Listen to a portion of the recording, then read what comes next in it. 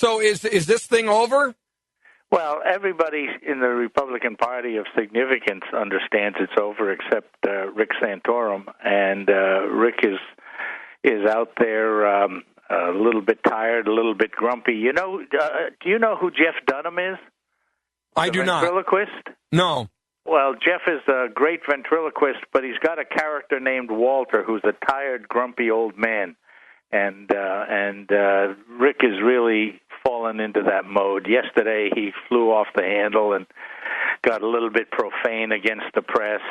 You have to, if you want to be president and you want to run for president effectively, you have to show that you have discipline and self-control and can deal with tough issues. If you're going to scream at the press, so how are you going to deal with the Russians? But let me tell you something. There's a lot of people that scream at the press every day. I can't stand them. They drive me crazy. I understand that, but you're not running for president.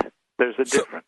So, but you know, and what he said was he was concerned that his words were being taken out of context when he specifically on the issue of whether or not Mitt Romney is going to have a difficult time running against Obamacare since he has a similar law that he implemented. Yeah, but, you know, Rick also said about 5 days ago that he preferred Obama over Romney, and then he had to backtrack, and again he said he was quoted out of context. He's being quoted out of context. Every time he sticks his foot in his mouth, he says he's being quoted out of context. Let's start understanding that to have a president that can be effective, you need somebody that has some discipline. But even beyond that, we're moving into Wisconsin and Maryland and D.C. There'll be important primaries next week.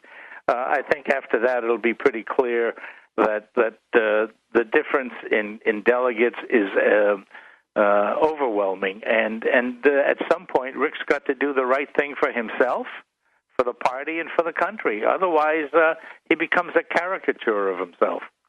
When you said everyone of significance in the Republican Party now believes it's over, there is one important element that's been forgotten here, and that's the people that are voting for anyone but Mitt Romney. What do you make of the fact that this has been such a tough sell for Mitt Romney? To me, that just says that there's a disconnect there amongst the conservative grassroots faithful and the Romney campaign. Am I wrong? Yes, you're wrong. Okay, and tell me here's why. The disconnect. Mitt Romney's gotten 1.5 million more votes than Rick Santorum in the process. 1.5 million more. There's really no way for Rick to win this. He's got to get 75% of the delegates. He's not even getting 10%, 15% in some states. So the fact is that this thing is going to end up that way, and he's just letting his ego and his emotions drive this to stretch it out. I understand. I've been in primaries. I've been in general elections. I understand how hard it is to let go. And I personally don't have any problem letting this go another few weeks. But the fact is every day we let it go further, Obama builds up his strength. Governor Sununu also said everyone of significance in the Republican Party now believes that the race is over, that Rick Santorum should step aside. And so everyone of significance obviously doesn't include a fair amount of voters like in Louisiana and 10 other states. What do you make of this sort of growing, Kevin McCarthy now and a number of the, Jeb Bush over the weekend, a lot of other folks saying, here's exactly what Kevin McCarthy said. After a long and grueling primary, it is clear that Mitt Romney is the best candidate to face President Obama and fix the mess of his one and only term, and to unite and work together to take back the White House. And evidently, he's going to be endorsing Governor Romney today. What do you make of the noise amongst the establishment getting a little louder? It's the establishment. It's the folks here in Washington who have a 15% approval rating, who don't want to see any real changes, who continually, compromise and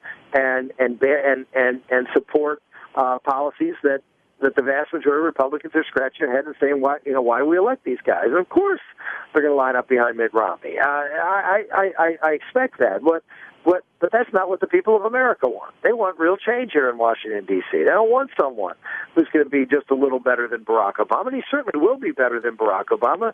But the problem with that is he has to win the election first.